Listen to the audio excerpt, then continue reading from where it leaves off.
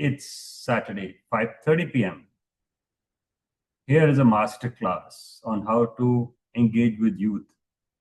I wonder if you noticed in the last few weeks, we've started talking more about youth engagement and society. This came about as a consequence of people asking us, what do you really do at Good Schools Alliance? So we answered it very pragmatically, saying that we work with schools that create an environment and offer youth the best opportunity to grow. They interact with young people in such a way that youth can engage with society better. And if I go back, you'll read more in the newsletter. In 2012, 2012, July, when I started on this journey of working with schools full time, my first workshop was known as Youth Engaging Society. It was hosted at Tagore School. There's a visual somewhere you must have seen. And that is the precursor to where we are today. So when we come back today and I replay the video of 212, it's absolutely relevant. It's absolutely current to what we are doing in Good Schools Alliance. This shows that what we are doing by helping everyone with their personal and social development is timeless. And that's why the courage to be happy.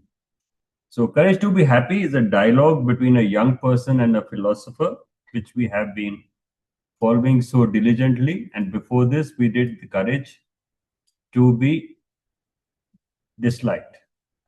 So being disliked and being happy, yes, they are both very interesting conversations. So if you have the courage to be disliked, you'll be happy, let me tell you. Why? You are proud of your identity. You are able to stand up and communicate well. And that's all the whole story is about. So whether you talk about the 3 R's, reading, reflection, relationship, or you talk about anything we do at Good School Alliance, from retreat to session, most of it is addressed at helping you build your identity, build your communication skills. So from all the 6 C's, our most powerful delivery is communication. Yes, there will be critical thinking, there will be character, there will be all the 6 C's. But what's important is that we help you enhance your communication skills. And this even AI can't do. AI may help you write better. Bottom line is you have to read yourself and speak better. AI can't speak your voice. It may copy your voice, it may imitate you, but your voice is your voice. And that's what matters. If you see in this dialogue, which is happening between the philosopher and the youth is really finding the voice. And that's the role of the philosopher. So when we were here last week, we are, as always, busy with interpersonal relationship. So recap in 4 headlines, very simple. True worth is self-reliance. So you are always looking for external validation. So your true worth is self-reliance. And we mentioned about clockwork dolls. All problems and joy are interpersonal. That's for clear. That's what the whole book is about. Suffering and happiness. I started this with a dialogue with Kushi. Happiness is with you. It's you who have to find it. No one else can give it to you. That's the core of education. Education must help you become self-reliant and be happy. So it all adds up to what we are doing at Good School Alliance, where we are engaging with young people and helping them reach a stage where they have the courage to be happy. We talked about education is friendship, not work, because that's what the whole story is about. Whole path about education is it's a friend for yourself. It's a friend for life. And finally, when problem behavior happens, it happens simply when someone's crying for help. So when you look at someone with a cry for help, that's where a counselor or a teacher's role comes in. On that note, let's move on to today. Do you trust? Do you have confidence? So this is what we are talking about. And our whole culture here is building a culture of trust and confidence. So this chapter is using our 2 words, which is what the backbone of all the work we do at the Learning Forward India Foundation. We are meeting today at a very interesting point. In year 226, you will finally see a team working at Learning Forward Foundation. Our first team member will be here another day from now. Then we'll hire more people. So if you have other people who want to work with us, build their confidence and find themselves, Learning Forward Foundation is a great place to work. Do you trust? Do you have confidence? Join us. So the youth says, let me make sure about this again. You are not telling me to be friends with those kids. Have I got it right? Philosopher. Yes, 3 years ago, on the last day, when everything was covered with a blanket of white snow, I explained the difference between trust and confidence. Do you remember? Trust and confidence? You just keep changing the subject. Yes, of course, I remember that. And I've always kept it in mind. It was a fascinating insight. Now, let's go back over it again. In your words, how could you explain trust? So the youth says, all right, simply put, trust is believing in the other party with conditions. For example, when one borrows money from a bank, it goes without saying that the bank will not lend you money unconditionally. They will ask you some kind of collateral, such as a real estate or a guarantor, and give you a loan that corresponds to the value of that. And they'll slap on the interest too. This is an attitude of we'll lend to you because we believe in the value of the collateral you have given us. Not one of we lend to you because we believe in you. In other words, they're not believing in that person, they are believing in the conditions of that person. How beautifully explaining the transactional relationship we live in. Philosopher, what about confidence? It is doing without any set conditions, whatever, when believing in others. Even though one might not have sufficient grounds for believing one believes unconditionally, without concerning oneself with such things as collateral. That is confidence. Instead of believing in the conditions of that person, one believes in that person. You could even say that one focuses not on material worth, but on human worth. I see. Furthermore, if I may supplement this explanation with my own interpretation, it is also to believe in oneself who believes in that person. Because how can one ask for anything like collateral if one does not have confidence in one's own judgment? It is a confidence in others that cannot exist without self confidence. Thank you very much. You've summed it up wonderfully. I'm a pretty good student, aren't I? Look, I spent a long time following Adler, and I gleaned a lot from his writings. And most importantly, I have put his ideas into practice in an educational setting. So I am not rejecting Adler in an emotional way without a basis of understanding. Philosopher. Of course you are not. But please do not misunderstand me. You are neither my disciple nor my student. Aha! So insolent fellows like me aren't your disciples. Is that it? What a masterpiece this is. I'm getting an Adler advocate angry. It is clear you are a lover of wisdom, without shying away from doubt or from thinking with your own words. You move forward to attain higher understanding. In other words, you are a lover of wisdom, a philosopher. And I am not a person who confers teachings from above. I am nothing more than a wisdom loving philosopher on the same level as you. I think this is a brilliant line for a teacher. And we were talking of education and friendship. That's where the crux is. I'm nothing more than a wisdom loving philosopher on the same level as you. You are a philosopher without a teacher or disciples who is my equal. Then it's possible that you could recognize your errors and adopt my views. Of course, it is. I hope to learn many things from you, and in fact, There are fresh discoveries each time we talk. Youth. Who? Ah, just because you're flattering me doesn't mean I'm going to let up on the criticism. Now, why did you bring up trust and confidence?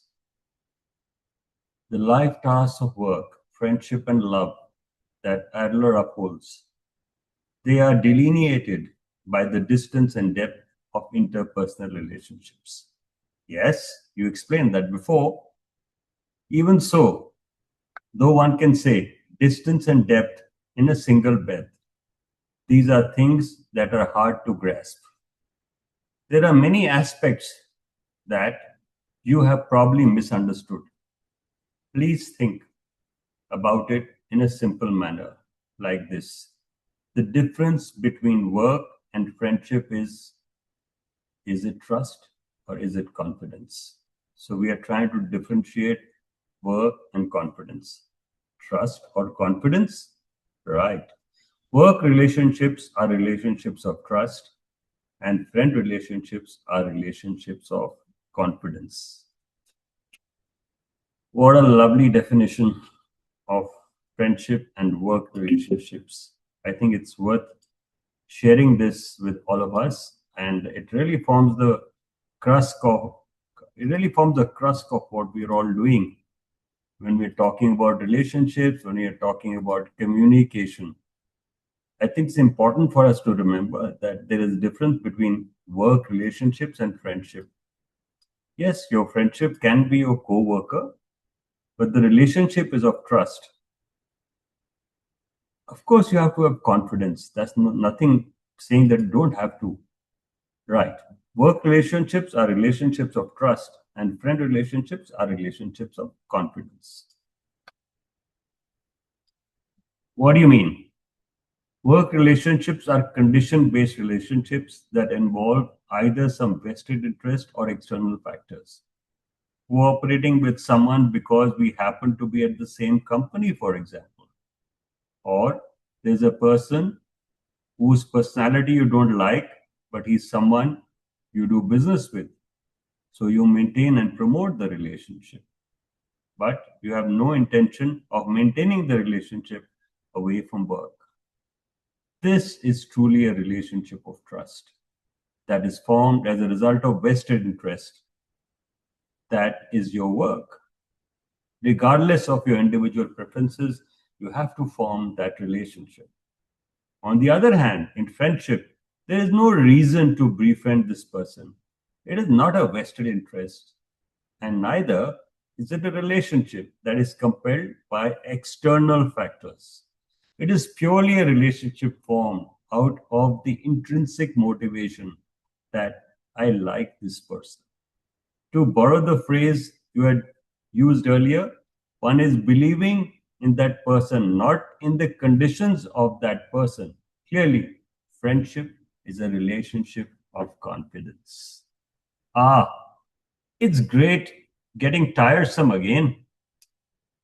If that's the case, why did Adler use such words as work and friendship? He could have just discussed interpersonal relationships in terms of trust and confidence and love from the start.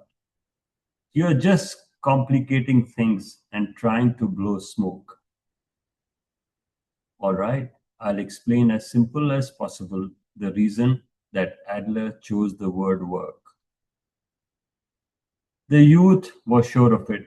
Adler probably regards poverty as a virtue and economic activity in general as something vulgar.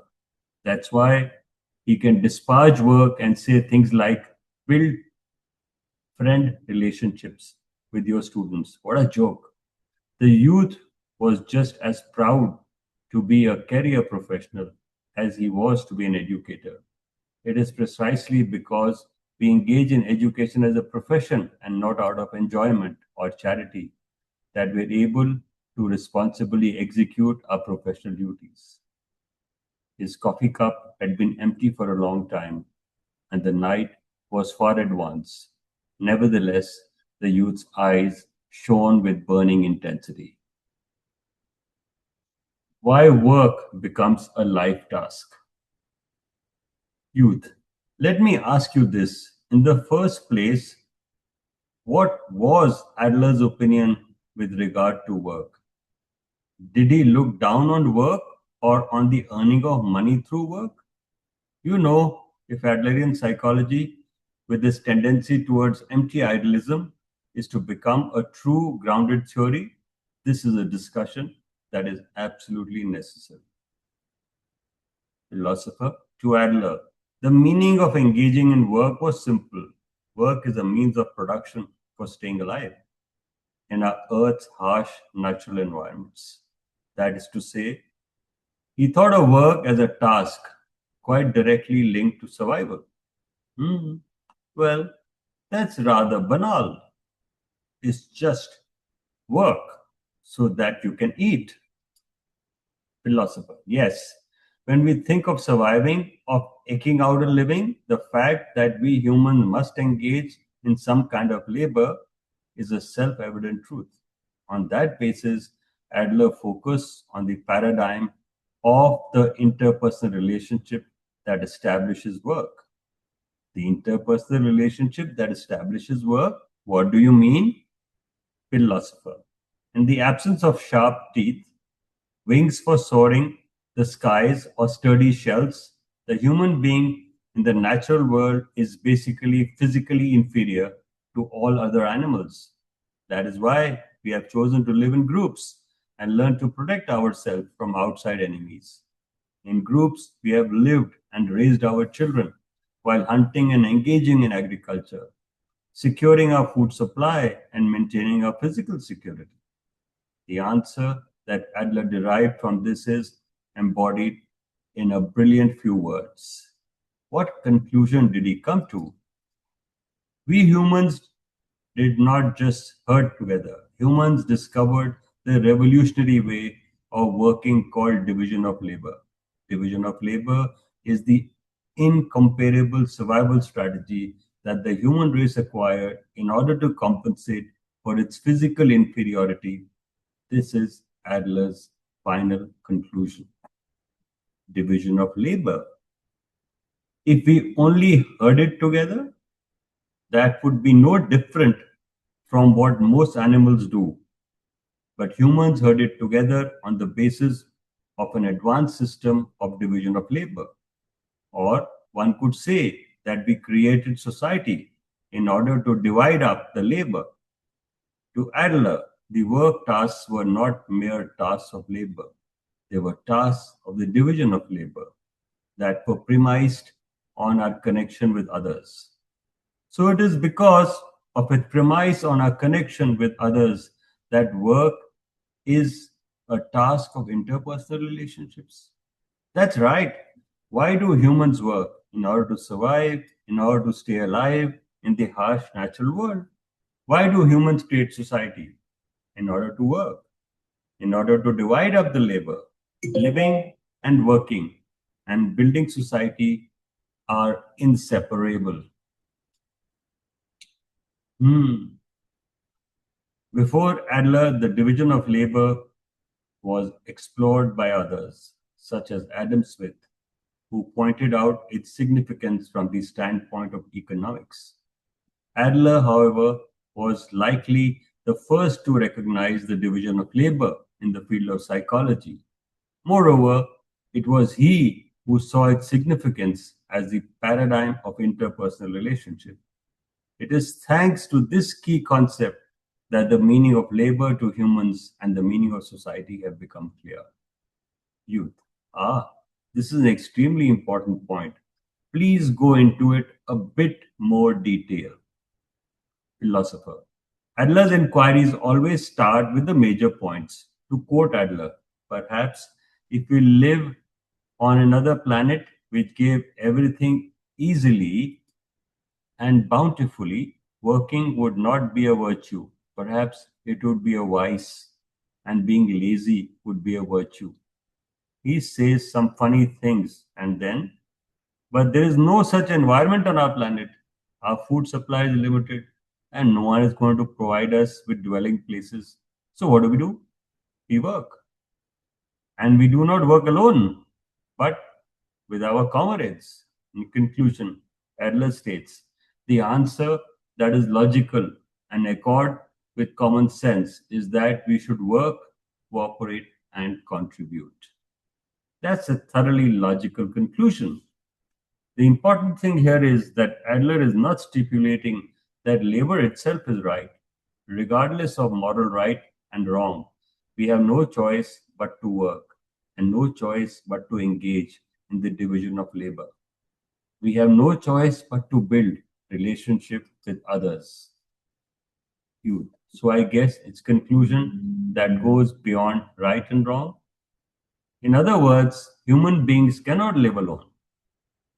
It is not that we cannot bear loneliness or that we want people to talk to, so much as simply not being able to live on the level of survival. And in order to divide labor with another person, one must believe in that person. One cannot cooperate with someone whom one doubts. That is a relationship of trust. Yes, human beings do not have a choice of not believing in each other. It would be impossible for us to not cooperate and not divide upon the labor. A relationship not of cooperating because one likes that person, but of having to cooperate whether one likes it or not. You can think of it that way. Fascinating. No, I mean it. This is wonderful. I'm finally getting the work relationship. Division of labor is necessary for living, and mutual trust is necessary in order to carry it out. And there is no alternative. We cannot live alone, and not trusting is not an option. We have no choice but to build relationship. That's how it is, right? Yes, it is truly is a life task. How fascinating understanding why we work. A very interesting chapter. All professions are honorable. So now, after division of labor, we are talking about professions. As most of us have to choose a profession, I think it's important for us to understand this. Well, let's really get to the heart of the matter. A relationship in which there is no alternative but trust, a relationship in which there is no alternative but to cooperate. This is something that goes beyond the actual setting where labor takes place, isn't it? Yes, it is. I suppose the most easily understood example would be the typical division of labor relationships among teammates at sports competitions and the like. In order to win a match, they have no choice but to cooperate, regardless of their individual likes and dislikes. It is not an option to ignore someone because one doesn't like them, or to sit out a game because one can't get along with one's teammates, or anything like that. You forget liking and not liking the moment the match begins. You treat your teammates not as friends, but as one of the functions of the team, and you yourself try to excel as one of those functions. Youth. Ability is given precedence over good relations. Such aspects are probably unavoidable. So much so that Adam Smith himself declares self interest to lie at the very foundation of division of labor. Self interest?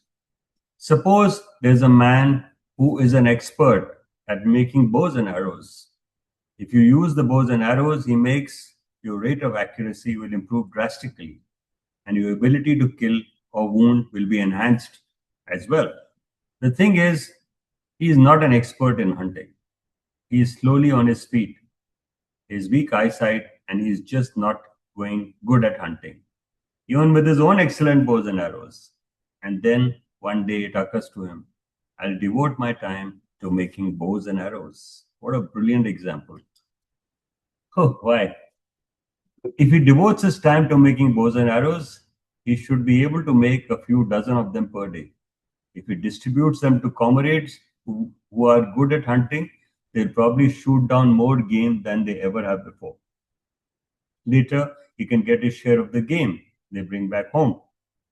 That is the choice that allows for maximization of profit for both parties.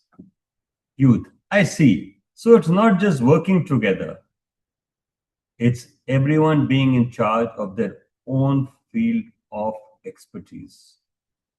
From hunting experts' point of view, there would be nothing better than getting their hands on some highly accurate bows and arrows. They won't have to make the bows and arrows themselves, and they'll be able to concentrate on hunting. And then they will divvy up the game.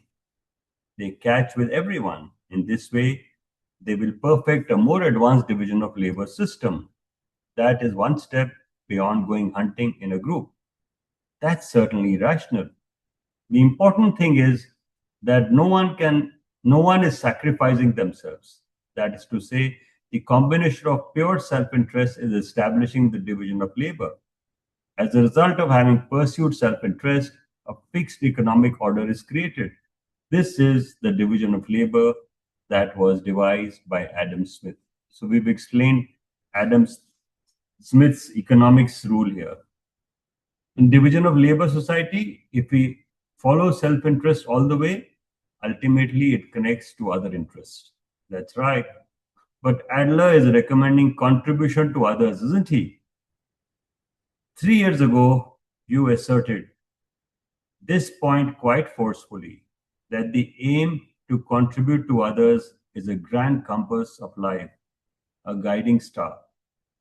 Doesn't the idea of giving precedence to one's own profit contradict contribution to others? Philosopher. It does not contradict it at all. First, one embarks on work relationships. One is tied to other people and to society by interest. And so it is only upon having pursued self-interestedness that one finds contribution to others. Youth. Even so, surely superiority and inferiority will arise, won't they? Say there's one person who has an important job, another who has a job that doesn't really matter. Doesn't this deviate from the principles of equality? No, it does not deviate from it at all. Viewed from the standpoint of the division of labor, all professions are honorable. Whether prime minister, business owner, farmer, factory worker, or the oft-ignored profession of housewife, all work is something that has to be done by someone in the community, and all of us are just doing our share of that work. So, all forms of work are of equal value? Yes, to paraphrase Adler, with regard to the division of labor, a person's worth is decided by the way in which they fulfill their role in assigning the division of labor in their community. In other words, a person's worth is not something that is decided by what kind of work they engage in. It is decided by the attitude with which they undertake that work. This is absolutely brilliant. So I'm going to read this. A person's worth is not something that is decided by what kind of work they engage in. It is decided by the attitude with which they undertake the work. And this is what differentiates a good teacher from a teacher, the attitude. The attitude with which they undertake it. For example, you quit your job as a librarian and choose the path of an educator. Today you have dozens of students in front of you, and you truly feel that you have been entrusted with their lives. You feel that you have a really big job that is useful to society. Perhaps you even think that education is everything and that other professions are insignificant in comparison. But when one considers the community as a whole, the librarian, the middle school teacher, and all other work in something that has been done by someone in the community, and no superior or inferior can exist there. If anyone is going to be superior or inferior, it is only be in the attitude with which they undertake that work. What is the attitude with which they undertake the work in such a case? So we are talking about attitude which we take to work. In principle, each person's ability is treated as important within the division of labor relationship. when it comes to company employment. For example, the level ability becomes a criteria. There is no denying this. However, after starting division of labor, ability alone is insufficient for character evaluation or for judging how relationships should matter. Rather, the question, do I want to work with this person, becomes important. Because if it does not, it will become difficult to help each other. The major factor in deciding, do I want to work with this person or do I want to help when this person is having a hard time, is that person's integrity and attitude with which they undertake work. Youth, okay. So if one undertakes it with integrity and sincerity, there is no difference in worth between the person who performs life-saving work and the person who takes advantage of others' weaknesses and engages in usurious lending. So anyone he's considering work in a way, he says someone with integrity and someone who's whiling away time, but they are both working. No, there's a difference. That's what the philosopher says. So you'd say, huh, our community has all manner of work available, and the presence of people who engage in each kind of work is crucial. That diversity itself is abundance. If the work is one that has no value, it will not be needed by anyone and will be done away with. If it has not been done away with and is still surviving, it must possess some value. Does that mean that even usurious lending has value? It is natural that one might think so. The most dangerous thing is to uphold a mediocre justice that declares what is good and what is bad. A person who is drunk on justice will be unable to recognize anyone else's values and will end up crusading for the intervention of justice. What lies ahead with such intervention is a society of uniform greenness that is robbed of freedom. You can do whatever kind of work you like, and it does not matter what kind of work other people do either. So we'll take a pause here. Yes. So what have we discovered in work, relationships, trust, confidence? Have we discovered anything, Gurdeep? Yes, sir. So basically, division of labor, the philosopher talked about, that's the basis of the society.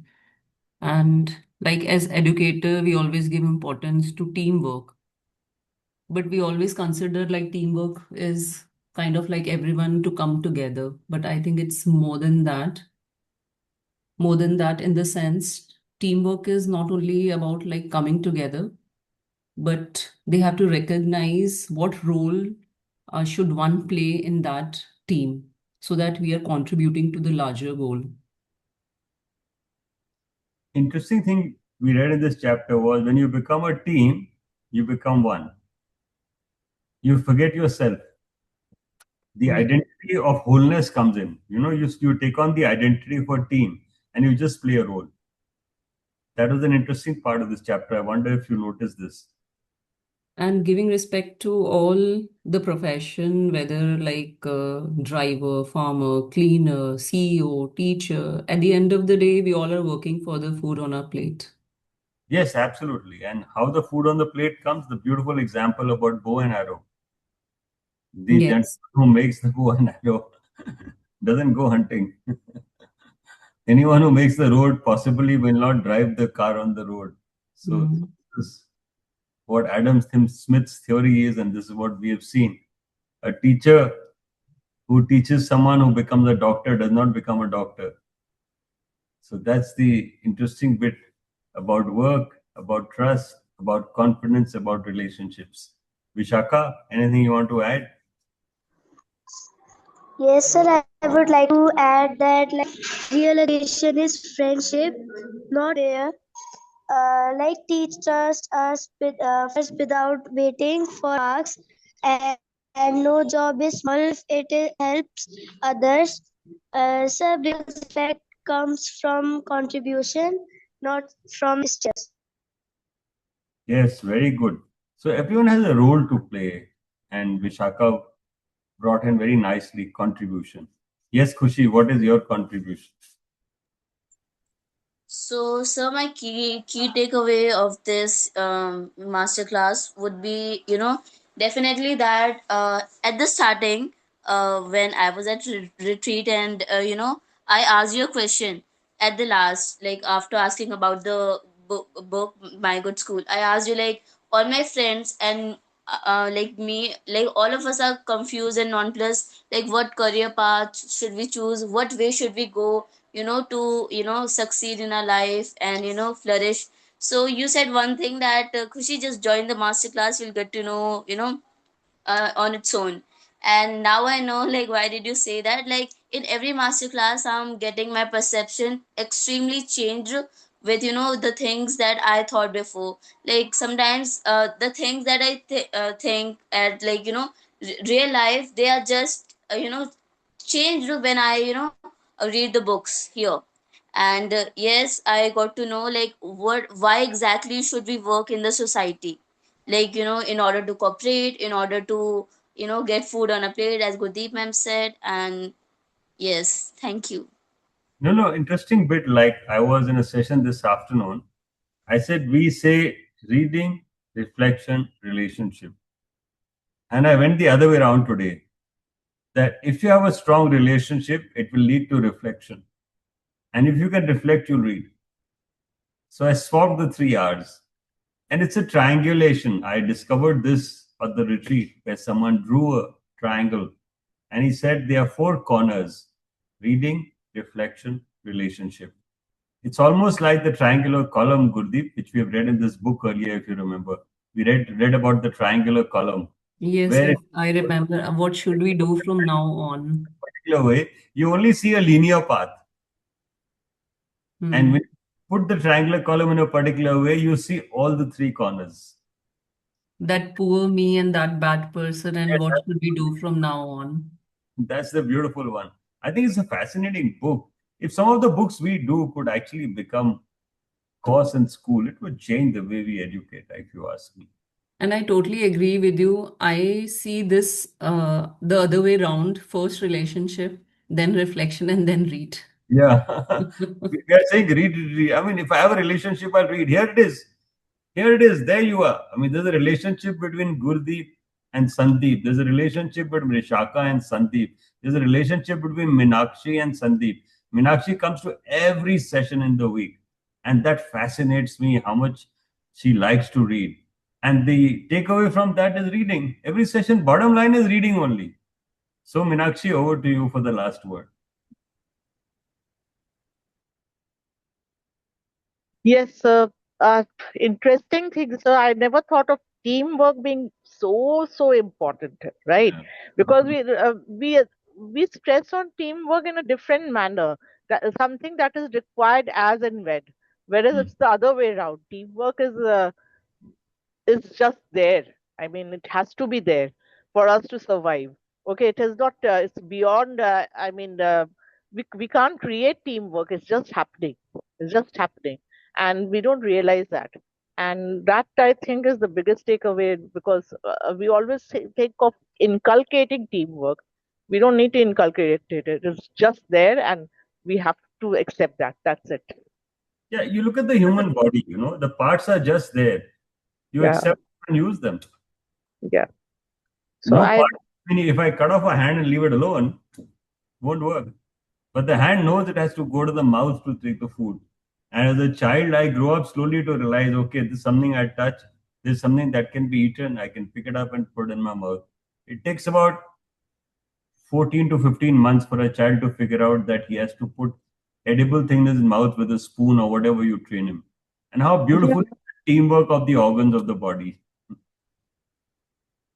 In fact, I mean, even if we look at it this way, we cannot even start judging people as to who's good and who's bad and all those things because that's also a part of the uh, the universe. You can't leave it aside. It is as essential as being bad is as essential as being good. That is, I mean, otherwise, how would we know? How would we know? So everything, I mean, everything becomes teamwork if we look at it. So I mean, what is good, what is bad, we should stop judging. We should just go with the flow, which we often don't. We often don't. You know, So I will put in here two words: judgment and understanding. They make you or break you, and it's all within you. So you get judgmental, you have an understanding. It's the same thing. Understanding sometimes could be acceptance. Understanding could be a deeper meaning of what you are doing. So don't get judgmental. I keep repeating, but understand why something is happening, and that is the strength of building relationships. On that note, I think let's take a bookmark here before we miss it out. So we will take a pause here. So a bookmark is important thing is what use one makes of the equipment. So that's a beautiful way of putting it. How we use our time, how we use our equipment. See, if you see in this particular example of the bow and arrow, how beautiful they explain that what the bow and arrow does is feeds the community, it feeds the society. And how we all go back to the hunter's age of the previous, maybe thousands of years behind in civilization. And that's why human beings, and you know, see, the interesting part is why human beings co-create, why beings live together. And that's the honesty of being a team together. That's what we discovered today. So we discovered our roles, why we are here. So on that note, thank you, enjoy yourself,